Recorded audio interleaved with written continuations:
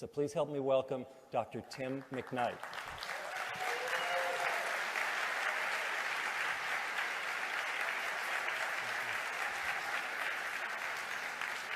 Thanks, Stan.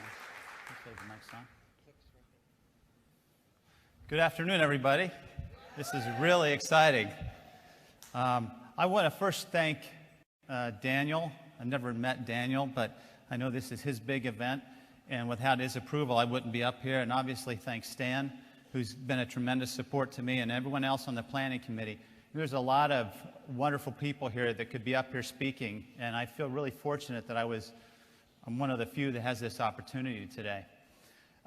2 years ago, I attended my first major event with Enagic, and it was right here in this room. And I was pretty new to the organization. And since that time, obviously some of you know that I'm on the DVD that Stan was referring to. Since that time, I've given many talks at different locations around the country and in Canada, and a lot of questions have come up as Dr. Filster was talking about. So here I was answering these questions. And as a result of those questions, that was one of the stimuli to write the book. And so I really am proud of the contents of the book. We had a second edition that was just printed a few weeks ago, and that's what you've all been given a copy of, and that's what Stan has available. I'm really happy with the way this turned out. It was really a pleasure to talk to some of you today and hear some of the stories of your prospects who have read the book, and it's helped open doors that were shut. So I want to thank Stan again for this opportunity. Now, what I want to do is I don't want to repeat what I've talked about in the past, but some of you I know are new and haven't heard me speak yet, and I do feel like there's a need to go over some of the basic biochemistry just so you can understand the value and the importance of the machine and the water. But I want to change the story around a little bit today, do something a little bit different that maybe some of you haven't heard yet. I'm assuming the slides are going to be... Oh, good. Sorry. Looking over there. Okay. So this is the book. Now, these are my children, and this was several years ago. But I have a very active family, and they're the reason I do everything I do. I have a wife who's tremendously supportive of all the time that I spend away. And, you know, one of the things, it's always scary for me to stand in the back and see all these people. But several of you came up to me today and said things that really reassured me that we're all a family here. We're on the same page. We want to promote healing throughout the world. And I join you in that effort.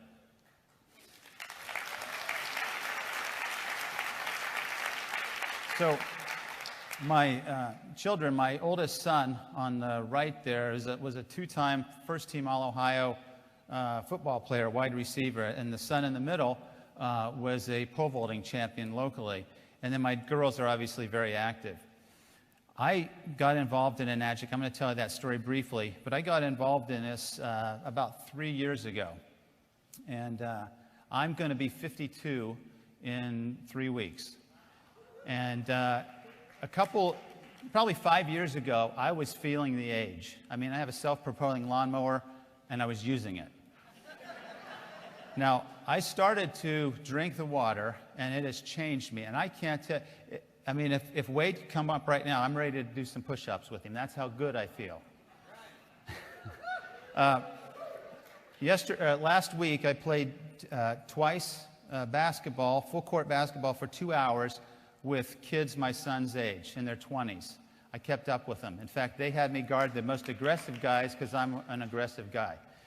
Now, I'm not that good of a shot, not good of a player, but at 52, I never thought I could play full-court basketball and keep up with them. I lift weights twice a week, and I feel stronger now than I've ever felt.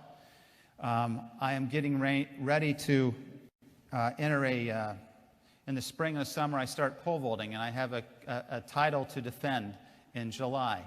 And I just can't tell you how great I feel physically, and I attribute a lot of this to the water. Okay, so obviously, these are my children. This is my immediate family, my parents and my brother, his family on the left. These people mean a lot to me. In fact, my brother lives here in San Marcos. He's here with me, and he's my bodyguard. So watch out for him. He's a Marine pilot, and he'll just be nice to me, or I'll sick him on you. And then this is a family tradition. Every year on Christmas Eve, we go caroling, and that was our picture this year as we were caroling and having fun as a family. Okay, so let me get down to how I got here. I wanted to be a doctor as a young kid. My first semester of college, I developed a case of mononucleosis, was pretty sick, missed a lot of classes, my grades suffered. At the end of that first year, the pre-med advisor said, I don't think you're going to have the grades to get into medical school. You need to think about doing something different. I was really disappointed in that because this was my life dream. But I thought he knew what he was doing, and one of the major mistakes in my life was listening to somebody else's opinion on what I should do with my life. So I listened to him.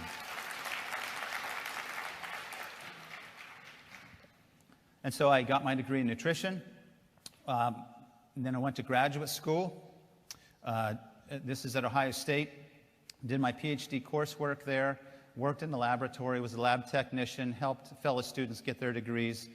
And this was 8 years later. I'm accepted into medical school, completed the coursework, but hadn't finished the research. A lot of hurdles, long story. I decided I had this opportunity to go to medical school. I had to pursue it. After 8 years, I didn't quite reach that goal. But it's taken me on a path that I'm very happy with at this point in my life. So I went to medical school at Ohio State. And I'm really happy. There's, I would guess, probably a half dozen medical doctors like me in the audience, and I think that's phenomenal. And it's really nice to know that you're out there because we're kindred spirits. And I know that you can identify with some of the experiences that you had in medical school because allopathic doctors are the standard American doctor. And we go to schools like Harvard and Ohio State and Loma Linda and all these other medical institutions. And we're trained to diagnose disease, and then we're trained to manage it with medications or procedures. And really what medical doctors are, many times, are managing chronic disease, and there's not a lot of effort or energy put into reversing or preventing disease. So after I completed all my training, I was finally grown up. At the age of 40, I had my first job. Took this job at Trinity Hospital in Northeast Ohio, rural Appalachian area. Let me tell you about two patients that I recently took care of because in addition to my medical practice, I also take care of people in the hospital. So these are two recent patients I took care of. 56-year-old woman, 550 pounds. She was on her way to the doctor's office when she tripped and fell and hurt her knee, and she couldn't get up. Didn't know what to do with her, so they brought her to the emergency room. Nothing's broken, but she couldn't walk. They found that she had a urinary infection. Normally, we'd send you home, but here's a person that can't walk, can't go home. What are we going to do with her? Well, I was on call, so they called me up and said, you need to admit her to the hospital. So we had her in the hospital for 4 days. Guess how much that cost us? Okay, now, we were not really doing much for her, okay, but we had to. Here's her medical history. Here's her social history. She had breast cancer. She had the radiation burns that Dr. Filzer was talking about. She had, when I walked in the room to see her one day, now she's a diabetic, on her tray she had a Snickers bar and a Mountain Dew can of pop. When she rolled over, she would need help moving her abdominal pannus. She was that big. You could smell her from the doorway. These are her list of medications. And there's the beloved Coumadin that every physician absolutely hates and is scared of because of the disasters that can follow it. The monthly retail cost of these medications, almost $2,000. This adds up to $22,000 a year to manage chronic medical conditions that a poor lifestyle have invited. Okay, that's modern health care. Another patient I took care of, this was his leg after he was improved. 67-year-old male who went to the hospital because he couldn't breathe and he couldn't walk. 445 pounds when he was admitted, and when he was discharged, 8 days later, he had lost 50 pounds of fluid. Okay? We call this diuresis. We got the fluid off of his system. Here's his medical history. Here's his surgical history. Here's his medication list. Now, what do you think about healthcare in America? I mean, when I see this, this is why I do what I do, because I can't stand for this. This is not helping people heal.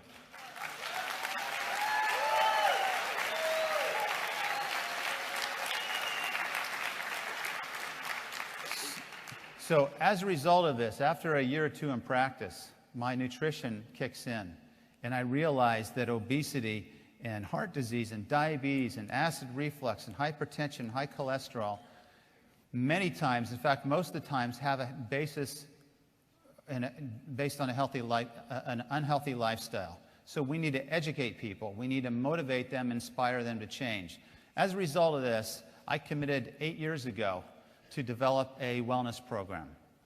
This wellness program is called Fit for Life. In 2006, our hospital applied for a federal grant through the Office of the Health Resources and Service Administration. We were given $375,000 to teach people how to not live like these two patients are living, which is barely surviving and very hopeless. This program was so successful that we applied for another grant that we received for another $375,000, which allows us to teach people in 12 weeks how to eat, how to exercise, how to manage stress, how to prevent disease. This program was also successful. In fact, we've had more than 1,200 people graduate, and every one of our graduates have said they would recommend this program to family or friends. As a result of this success, we applied for a third grant. This year, there were 200 rural areas around the country applying for grants like this. 70 were awarded. We were awarded a third grant, and this was just 2 weeks ago. As a result of the success that we've had in promoting wellness, I was invited on Tuesday to the White House.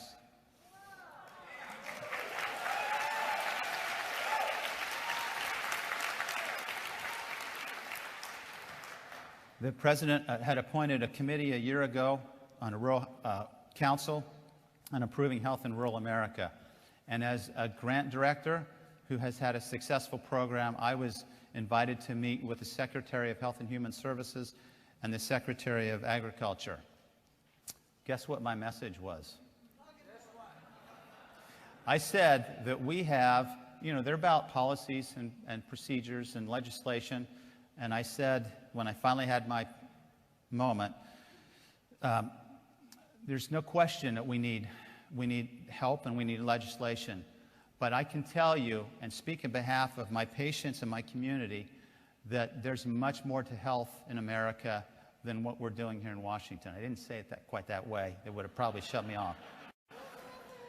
But I said there's a poverty of thought, there's a poverty of belief in themselves, there's a poverty of hope, there's a poverty in education and understanding health and wellness, and that's what our program is designed to do. And one thing that I know, and I know you will all confirm this with a resounding yes, is that we all here believe that we need to empower individuals to take charge of their own health.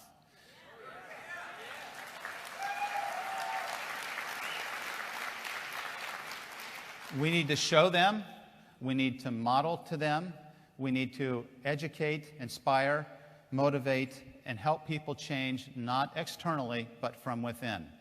And that's what we're doing here, isn't it? We're helping people heal from within by drinking the best water on the planet. Okay, so here's a slide of some of the participants in a class. Now, my story with Enagic picks up 3 years ago.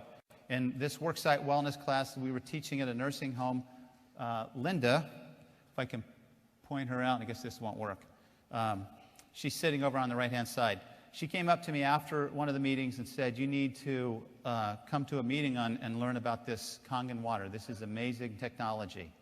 And I said, what? And she said, well, I don't know too much about it, but you need to learn about it.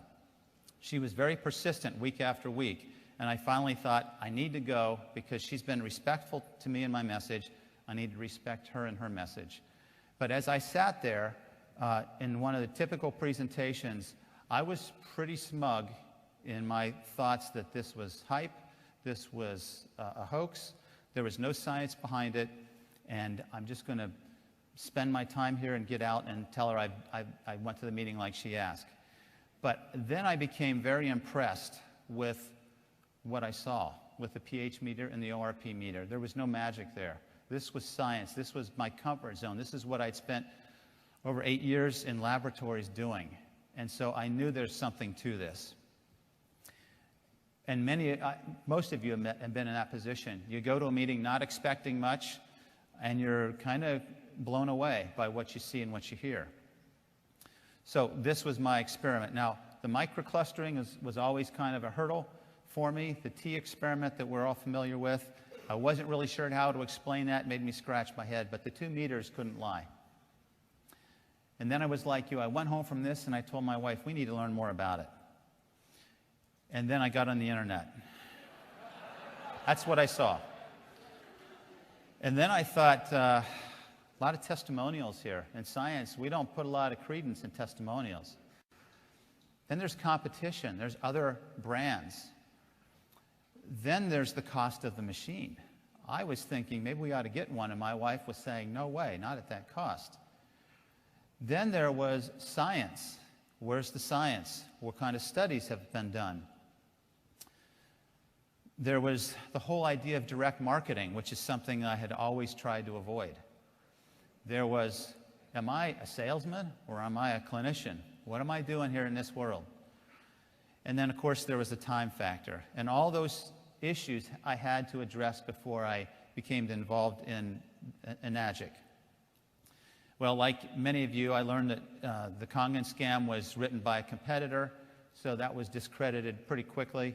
I found science to support the idea of ionized water. I realized the testimonials had their place, and they actually really add a lot to our understanding. I'm not really a salesman. I'm primarily a clinician, but I am a 6A because I have some real good people on my team.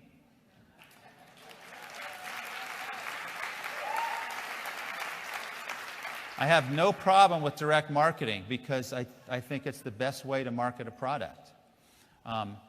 So I got through the hurdle. And as a result of that, and the result of the questions that I've heard you ask, and my interactions with colleagues who I initially was very reluctant to talk to, I wrote the book with Stan's help. And I think it will be a great help for all of you. I'm really glad that you all got a copy of it. Some of you got the first version. The second edition just came out a few weeks ago, which you have. And there's some things that have been added to it that I think will make it an even better selling point for your prospects. Okay, so that's my introduction into Kangen water. I want to talk briefly about the medical side of this and get through this as quick as I can because this is all really outlined in the book. We talk about stress as an imbalance of forces, and that this particular stress that we need to understand in health is oxidative stress.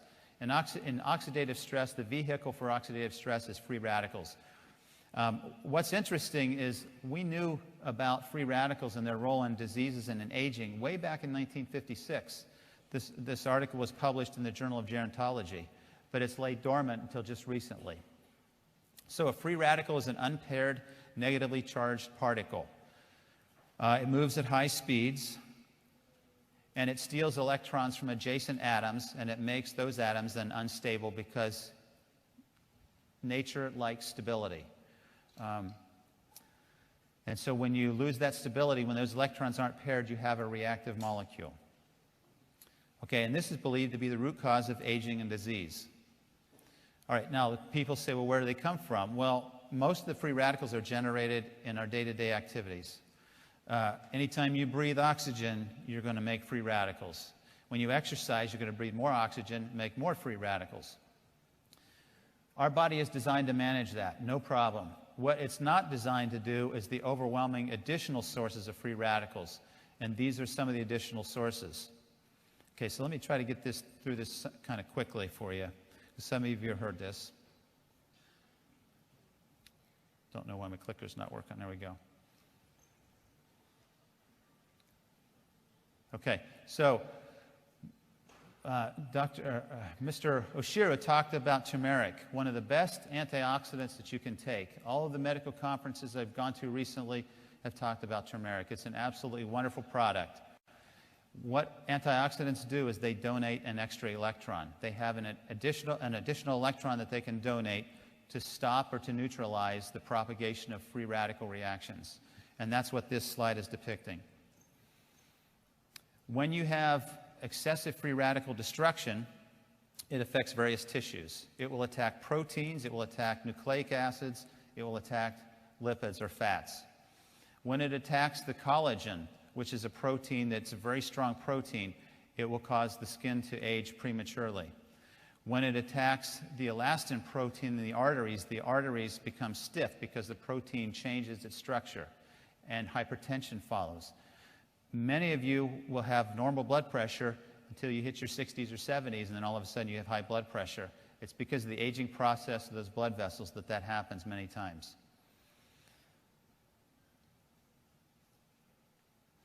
When you damage the lining of the arteries and you lay down atherosclerotic plaque, and it becomes oxidized through oxygen and hydrogen peroxide, you develop atherosclerotic plaque, hardening of the arteries.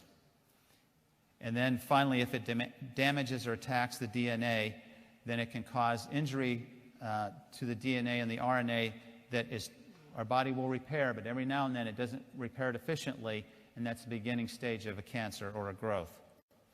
So as I said, nature, or in my belief system, this was God, already provided a way to protect us against the typical free radicals that we would be exposed to throughout our lifetime.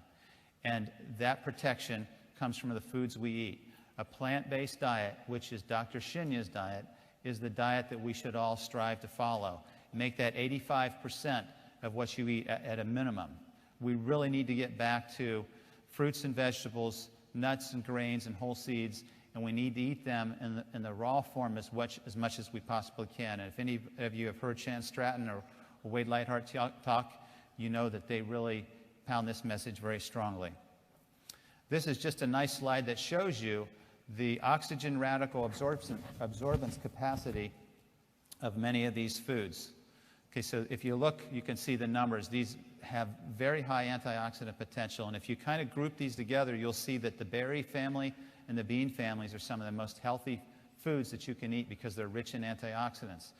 When you put these foods in a microwave or when you heat them, you destroy to varying degrees the antioxidants that are there. The minerals and the vitamins remain, but you remove or you neutralize those antioxidants. So it's always best to eat these raw. Okay, because antioxidants are so important, our cells have gone to extreme measure to protect us against the exposure of free radicals in different locations in our body. So on the cell membrane, vitamin E and beta-carotene are the primary protector of that particular structure. They're antioxidants. Outside the cell, in the fluid, it's vitamin C and a compound called glutathione. Inside the cell, I don't need to read these to you, but your body is an amazing machine. It's designed to heal itself. All we have to do is nurture it. All we have to do is protect ourselves from many of the exposures that in this century, that many Americans and many people throughout the world are exposed to. The chemistry of ionized water is pretty simple. It's through a process of electrolysis. We put two probes in water with a semipermeable membrane. We apply a current, and the electrons split off of the hydrogen in water, so water actually splits. And by convention, the electrons, as you can see on this diagram, flow towards the cathode side of the reaction. That is the side and this is what's happening inside the unit. That's the side that makes alkaline water because it makes hydroxyl groups.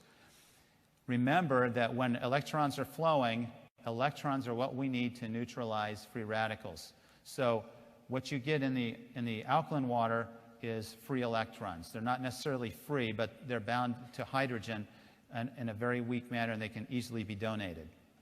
So that's what the machine is doing. Now, on the opposite side, you have acid water. That water is not an antioxidant, it's oxidizing.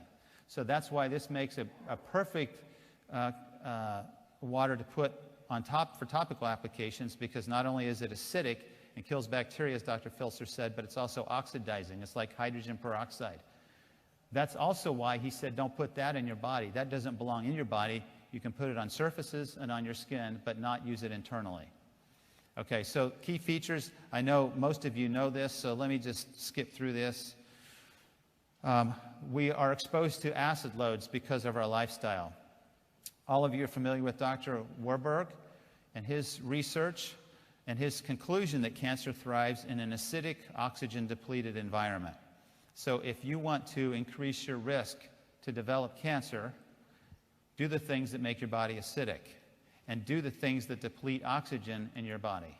So stop exercising and eat foods that are very acidic, which are the processed foods, which are the foods that are high in animal proteins. So this is the list. And soft drinks, we know it's like a poison. It's really terrible. Okay. Now, what's interesting is Dr. Warburg was on the right track. His studies back in the 1930s showed that cancer cells are very active metabolically, but they don't require oxygen. And if we would have followed his line of thinking, we could have saved 70 or 80 years of research and been so much further along. But somewhere in that same period of time, we started to blame our health on our genes. And we got off on a tangent here, because our health is not dictated so much by our genes as by the environment that we put ourselves in, both physically and internally.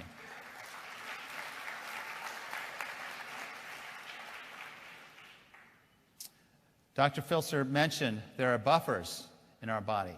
The lungs are the best buffer. The kidneys are, and the lungs are a long-term buffer. I'm sorry, they're fast-acting. Then the kidneys, and then we have these chemical buffers. And these chemical buffers is where the ionized water can contribute to neutralizing the acidic buildup in our systems. This is also where the link between acidity and osteoporosis is believed to lie.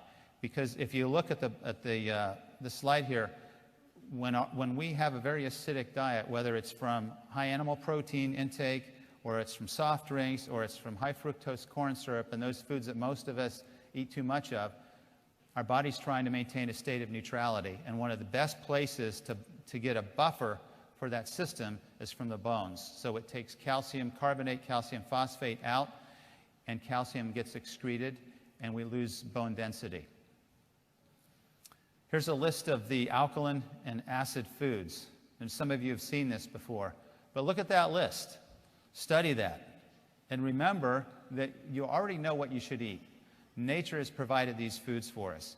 But if you look at the convenient foods and the foods of the 21st century and the foods that we like because they taste good, and sometimes they're cheaper than eating the raw vegetables and fruits, you'll see, if you're honest, that most of the time many of us eat more of the acid foods than we do the alkaline foods.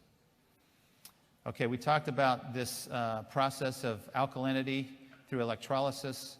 You know about the oxidation reduction potential, so I'm not going to repeat myself there.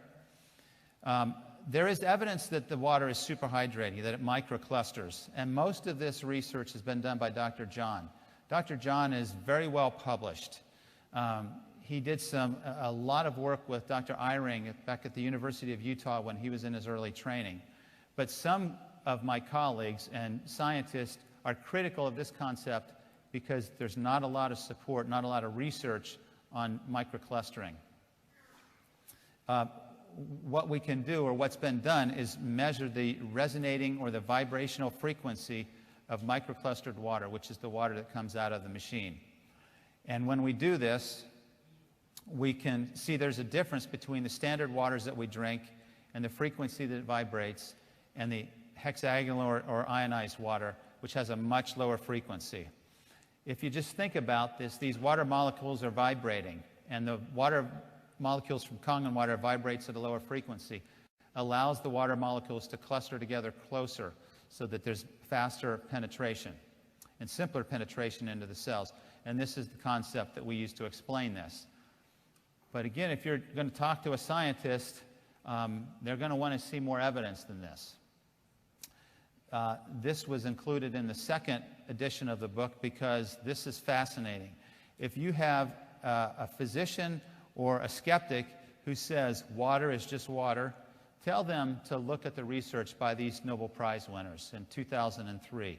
Dr. Agri is a medical doctor who showed with his research and in this Nobel Prize that there are channels in cell membranes that allow for water to penetrate, and they're made up of proteins. These are called aquaporins. This is cutting-edge research. Water is not just water. And what he showed in this model, well, what he says, you can see the depiction here is this channel. The helical structure there are the proteins. Now remember, what happens to proteins when they age, when they oxidize? What happens to an egg when you fry it? It changes, right? It changes structure. What happens to collagen with age? It changes structure. What do you suppose happens to these protein channels with aging, with a lifetime of soft drinks, with a lifetime of smoking, with a lifetime of fast foods? What do you think happens to those protein channels? Do you think they change? And when they change structurally, do you think they might impede the penetration of these tiny water molecules into the cell? This is a question that hasn't been answered, but it makes perfect sense to me that this may be why Kangen water is so hydrating, because it immediately can have its antioxidant properties work on these protein structures to restore them to their native arrangements. So what he says is that these aquaporins, these channels, are the plumbing system for cells. Every cell is primarily water, but the water doesn't just sit in the cell, it moves through it in a very organized way. The process occurs rapidly in tissues, and in tissues that have these aquaporins or water channels. That's cutting-edge research that you need to talk to your prospects about when they're critical, and they won't know what to say when you reference Dr. Agri. Evidence for internal treatment. Now, I don't want to spend a lot of time on this, but I can tell you as part of my review of the research in the literature, I found several articles, and the articles continue to accumulate. Now, what I'm showing here are abstracts, and for those of you who are not familiar with an abstract, when you look at a research paper and you read it, there'll be an introduction, there'll be a materials and methods so that somebody else knows exactly what you used in the experiment and how to reproduce it, and then they'll have the results, an analysis section, and then a conclusion section. But before you go through all that, many of us want to know, is this really the information I'm interested in? So the abstract is like the summary of the research article. So what we've done in the book is we've provided 28 medical abstracts to guide you, and some of these are technical, but if you're showing this to someone who's in the healthcare industry or who's in research, this will be right up their alley, and they'll be very impressed when they see that the research has been done. So here's one example in 2005 showing that ionized water has the potential as a new antioxidant against carcinogenesis, cancer development. Here's an article that shows Dr. Filter was talking about acidity and metabolic acidosis. This happens in kidney failure because the acids build up. The urine is supposed to excrete the acids. When those acids build up, the person develops metabolic acidosis. 3 weeks ago, I had a patient whose blood sugar was 700. She was almost comatose when she came in. 24 hours later, she was talking and looked like herself again, and all we did is corrected her acidotic state.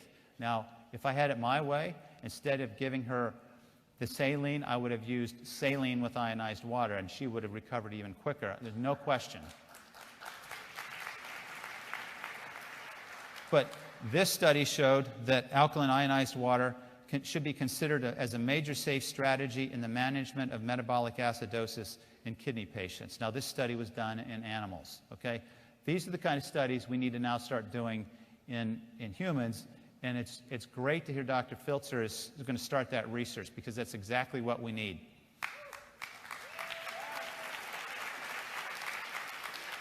Another study on tumor development and the ability of alkaline water to stop that. Another study showing when they took, the liver is like the organ that cleans everything you eat and everything you put in your mouth. The liver gets a look at it before it gets circulated to your general circulation to make sure it's okay, it's not toxic. So what they did in this study is they used a very liver toxic chemical, carbon tetrachloride, and they damaged the liver. They caused liver damage, and then they fed these mice alkaline water and tap water, and they looked at the recovery rates. And the recovery rates were phenomenal with those who had received, those mice that were given alkaline water. Another study on alkaline water and cancer. There's a lot that's been published on cancer. Most of these are animal models. But do you want to wait until we have the human studies to tell people to drink this water? Certainly no harm can be done in it, and I think all of us believe that it's one of the best things that we can do for those of our family and friends who have cancer. Many studies have been shown to be very helpful. This water is very helpful in diabetics. And I can tell you, it doesn't cure diabetics, but my patients who have diabetes who drink this water reduce their medications, reduce their insulin levels. It's part of the picture, and it's very helpful. Then there's evidence for external treatment. And again, what we're doing is using acid water. It's acidic and it's oxidizing. There's application for this in the agricultural community. This is just looking at its ability to block microbial growth in cabbage. Imagine what would happen if agriculture started to use this around the country, around the world, as a way to protect plants from harmful microbial infections. I mean, we're just at the beginning. Think back to that curve that Daniel talked about. We are just at the beginning of an organization that could explode in so many different areas to help people at many different levels. Another study and Dr. Filser again talked about this, that this water kills bacteria. It does it very effectively. I love this quote by Louis Pasteur. He did not believe, well, in fact, he did initially believe that the genes controlled everything, but on his deathbed, he made a confession. And what he said is that the cell is nothing, the matrix or the community, the surrounding is everything. And that's exactly where we are now in medicine. It's not the genes you were born with necessarily, it's the environment you put those genes in. From the energy around you, from the thoughts, from the foods you eat, from the way you exercise, from your exposure to sun, to pollutants and harmful agents, it's the matrix. If you want to change your health, change your matrix. Okay, so why are physicians slow to respond to this? Well, as you know, they want peer-reviewed studies, and they're limited. This is a major paradigm shift for allopathic physicians like me, because we're not trained to go out on the periphery and the edge of science. We want mainstream. We want to know that all of our colleagues are doing the same thing. But I'm so far away from that now that I have to be careful I don't end up on some other planet, because I just think the model is wrong. So again,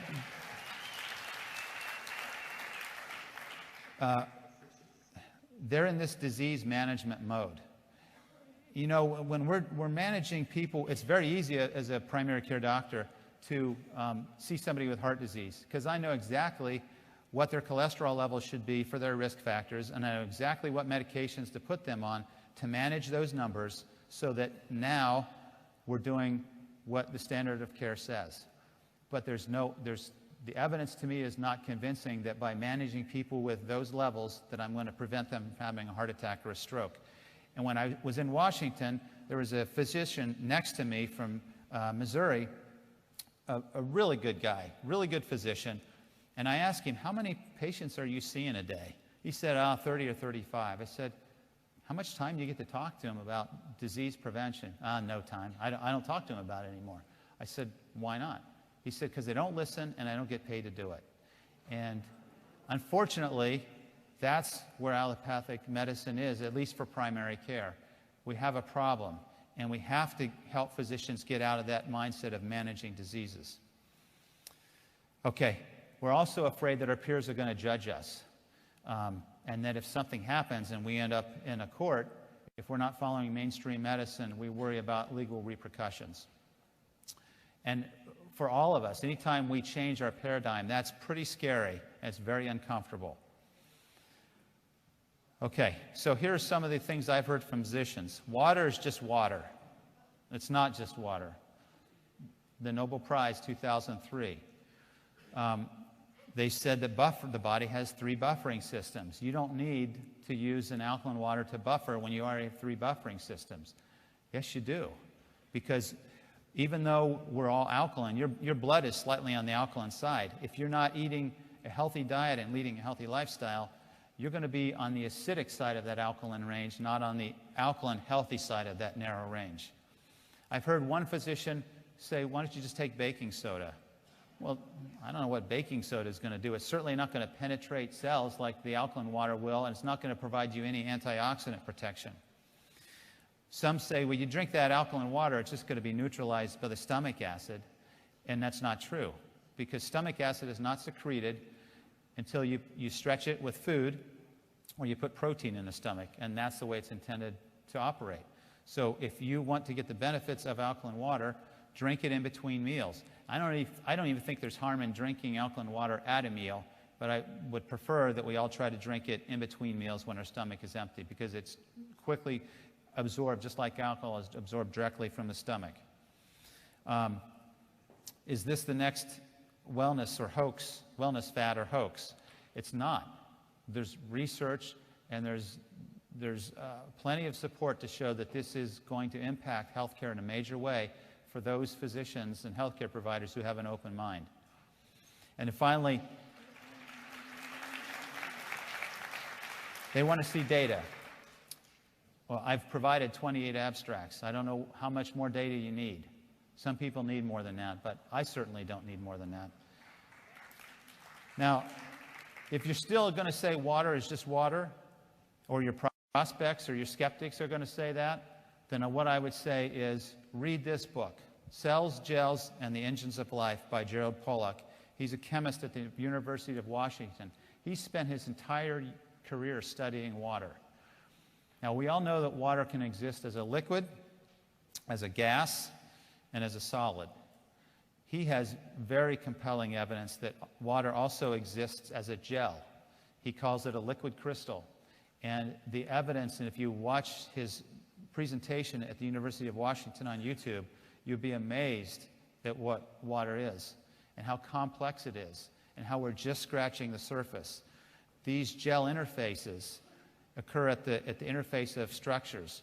Have you ever wondered why there's a meniscus of water in a glass? Have you ever wondered why you can, in the right size glass, you can put a dime on top of that water and it doesn't sink? His research is the research that explains it. The water molecules at these interfaces are entirely water. All the solutes, the minerals, have been removed. And so the water molecules pair up very, very strongly with hydrogen bonds, and it forms a very strong structure. So we're just scratching the surface of the value and the importance of water in physiology. And again, for those of your skeptics and your health-minded contacts, refer them to this, and hopefully they'll scratch their heads and start to say, maybe I need to listen a little bit more and learn a little more. In the book, we have several of my colleagues who have endorsed the book. And one in particular, Dr. Nye, is, at least locally, is probably the physician I respect more than any other. She has survived breast cancer. She is a critical care specialist who works in an intensive care unit. She's a pulmonologist. These are the doctors you hang on to every word they say when your loved one is in intensive care and on a breathing machine. These are smart doctors. And she has a water machine, and she believes in it. She says, I invested in a unit and highly recommend to my medical colleagues that they study the contents of this book with an open mind. It's not a stretch for me to anticipate the day when ionizers become standard equipment in intensive care units. Wouldn't that be wonderful?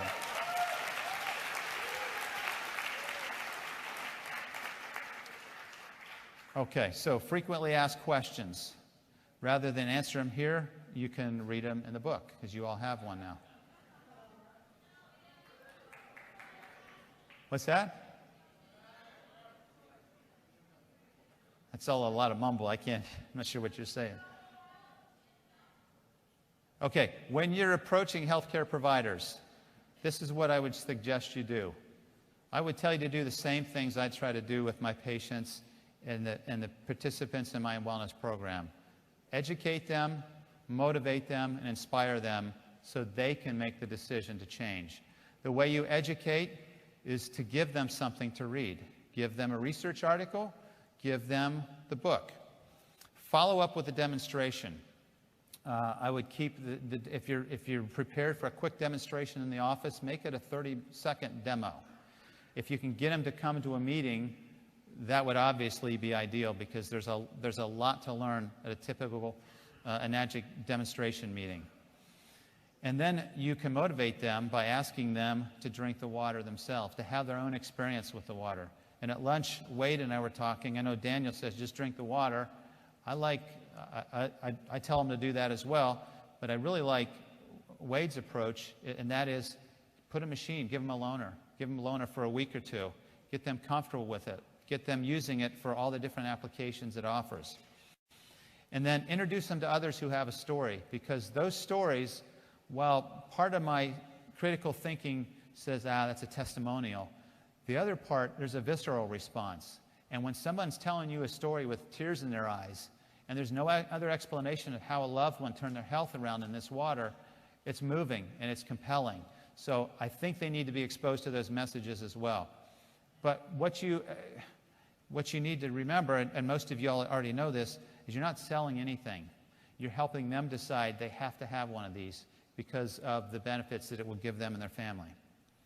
Now, the last thing I want to say is, as a family physician, I tell my patients, and every time I have an opportunity to talk, it's not just drinking water, it's not just eating the right foods, it's not just supplements, it's all of those things. But if you do those things and you neglect the other lifestyle choices, you will not have that balance in your life. You will still be in a state of oxidative stress. So very few of us are going to eat the perfect diet. Very few of us are going to have a perfect lifestyle. But if you really want to see your health change, you have to eliminate these oxidative stress exposures on the right-hand side, because this is where the health will really start to turn around in conjunction with the water and nature's foods. So my keys to health and wellness: believe in your body's ability to heal itself. No question, the mind is the most powerful tool we have. Secondly, eat what nature has provided for you. And this should be primarily plant-based. I think supplements have a role. Probiotics and enzymes are two particular supplements that I think you should all try to learn something about, because it will add to your presentations. I personally am a proponent of bioidentical hormones, and I think there's a role there, but some of you know what I'm talking about, some of you don't. But let me just say, a healthy lifestyle, the lifestyle we've talked about, eating nature's foods, exercising, managing stress, resting, drinking ionized water, 9 times out of 10 will remove the need for bioidentical hormones, because our body will be balanced by those other things. And then I suggest that we all exercise. And if that's a word that makes you have an allergic reaction or feel nauseous, then just start moving. Just start moving a little bit more every day. And then we have to manage stress. And obviously, we need to drink this water, because of everything I've listed here, the simplest, the cheapest, the easiest way to impact your water, impact your health, is to drink ionized water. Drink Enagic's Kangen water.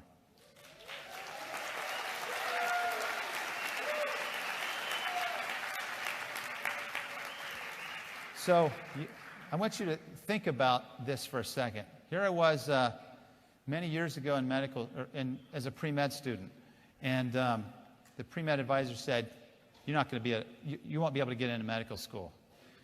Well, after I got back from Washington, I wanted to go look him up and tell him, guess where I was? I never thought that I would meet members of the President's Cabinet. I never thought I would stand in front of a crowd this size and talk about wellness. I never thought that I would be playing basketball and pole vaulting and lifting weights in a way that makes my kids struggle to keep up with me. And unfortunately, they still don't seem to respect me. I haven't heard either one of them say, "You're amazing, Dad." It's just like, nice pass. You know, that's all I get out of them. Thank you. So my closing message is a message that I've learned in my lifetime, and it's a message for all of you, because we're all trying to do the same thing. We're all trying to change the health. We're trying to impact lives in a good way. And let me just end with this little poem. Someone said it couldn't be done, but he with a chuckle replied that maybe it couldn't, but he would be one that wouldn't say so till he tried.